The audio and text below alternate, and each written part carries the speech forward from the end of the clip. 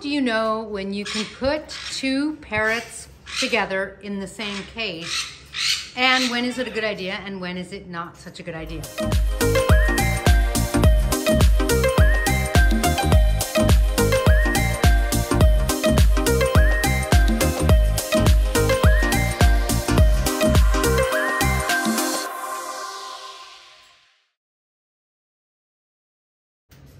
Hi guys, I'm Kaylin. Welcome to the Parrot Bliss Bond. I have 22 species of parrots. I adore my parrots.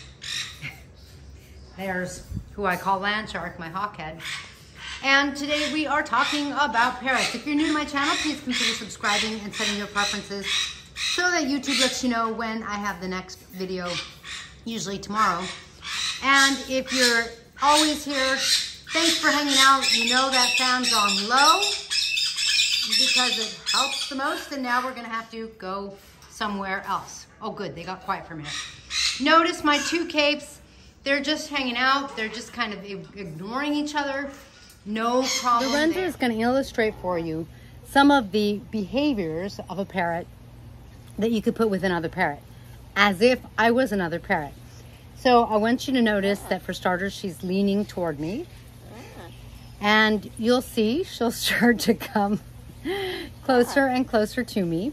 Hi. While probably your parrots won't get on each other, they will come closer to each other. Hi, Henry. What are you doing?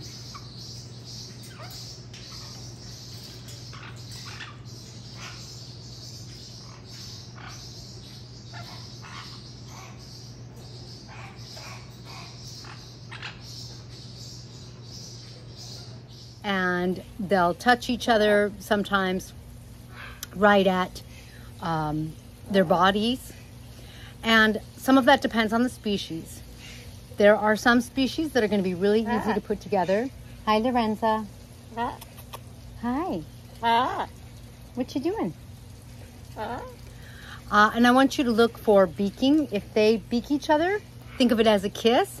It's a very quick sort of like peck, kind of like they're getting ready to feed each other. That's kind of like a handshake or a kiss, and it says we're buds, we're friends. So that means that those parrots are probably going to get along and not necessarily going to give you a problem. There are species that get along, and I'm just going to name a few that generally are pretty easy to put together as long as the cage has plenty of space. That's really important. Parrots like their space, they like their personal space, they're territorial, and so you have to make sure that they do have plenty of space. Smaller parrots, generally speaking, are kind of easy. Budgies, you can put with budgies, you can put with cockatiels, you can put cockatiels with cockatiels. Cockatiels are so sweet and so nice that I'm careful of who I put with them because I'm always worried that the cockatiels can get hurt. Green cheek conures, you can put with green cheek conures. Conures generally get along with other conures, especially if they're young. Lovebirds are going to get along with lovebirds. You know, all of those small species. Parrotlets, I don't have problems. I'm always cautious with any species. When I put them together, I always put them in a new cage that didn't belong to anyone so that it's new territory, and then I don't usually have problems, and I do put parrotlets together pretty easily. With bigger birds, the same can be true.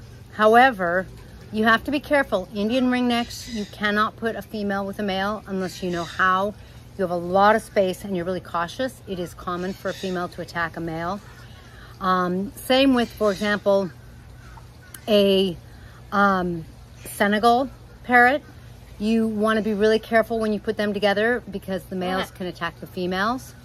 So you, no matter what, you really want to watch. The bigger the parrot, the better it is to put cages side by side and watch their behavior. And if the parrots come into close physical proximity, you know it's going in the right direction. If there's any pecking down, you know, like if they go peck like this, that's sort of like, this is my territory. And that's a warning sign. If there's any biting at the other's foot, that's a big warning sign. That's going to escalate. That's going to be big trouble for you. So I would remove those and try to keep those separate. African grays, I find you can generally put together. They're pretty easygoing. My Cape parrots are too, and the caiques. However, with the capes and the caiques, I would not put two males together in a cage without watching them, or more specifically still, I would not put males in a cage with females. That can get not only territorial, but sort of like territorial about the female and the space, and that can really be problematic. You therefore have to watch the parrot's age, you have to watch the species, you have to know which gender is dominant, so that you kind of know who to watch for, who to kind of protect, and who to be careful with. When you see behaviors like some following clips, that's when you know they're coming together, they're close, that's not a problem. So just be careful, and the bigger the parrot, the more you want to watch. For example, my monsters, my macaws, they're very bonded. So they're together, and we were cautious. We put them together very slowly, but I understand that when macaws like each other, there's no problem, and when they don't like each other, it's a problem. So sometimes it doesn't depend on the age, and it doesn't depend on the species. Sometimes it just depends on the personalities. So always be really careful, and actually you could say it always depends on the personalities. So always be careful. Now, if you can put two parrots together, for example, two golden conures, for me it's my first choice, because it gives them their flock, and that provides the fulfillment of a basic need to have a tribe for us, a flock for them. I say a tribe for us because I want you to kind of relate, and I want you to recognize that if you live at home with someone, or if you want to be in a relationship, or if you have a family, probably your family is one of the most important things to you. It's very meaningful to you, and you would probably be pretty devastated if your family was taken away or put in the house next door, and like you couldn't touch your family, hug your family, kiss your kids, kiss your spouse. And the parrots are like that. So anytime that I can put two parrots together, I like to. Some of them, like my parrotlets, I put more than two together, or my green cheek conures, just depending. It depends on whether or not I'm breeding them. It depends on whether or not they know each other, things like that. I always make sure that it's a safe thing to do. But anytime I can, I do, because it gives them that basic need. With that basic need in place, they're more likely to be a happy parrot. They're more likely to be a friendly parrot. They're more likely not to have problems with wanting to do things like quarrel. Now, with golden conures, I'm finding that my Bonnie Rose is kind of going through, I'm going to call it terrible twos. She's kind of being a touch of a bully. I think it's going to pass, because golden conures are very sweet. They're very loving. They're very affectionate. But, you know, everyone grows up. Everyone goes through some teenage rebellion, or whatever you want to call it. You know, some of the feeling out their oats, kind of seeing who's bigger, who's badder, who's in charge, establishing some pecking order, that kind of thing. So even with that, I always keep Bonnie with her bonded mate, I will say, which is Tico. He's an orange-winged Amazon. He's crazy about her, even though sometimes she gets a little brusque.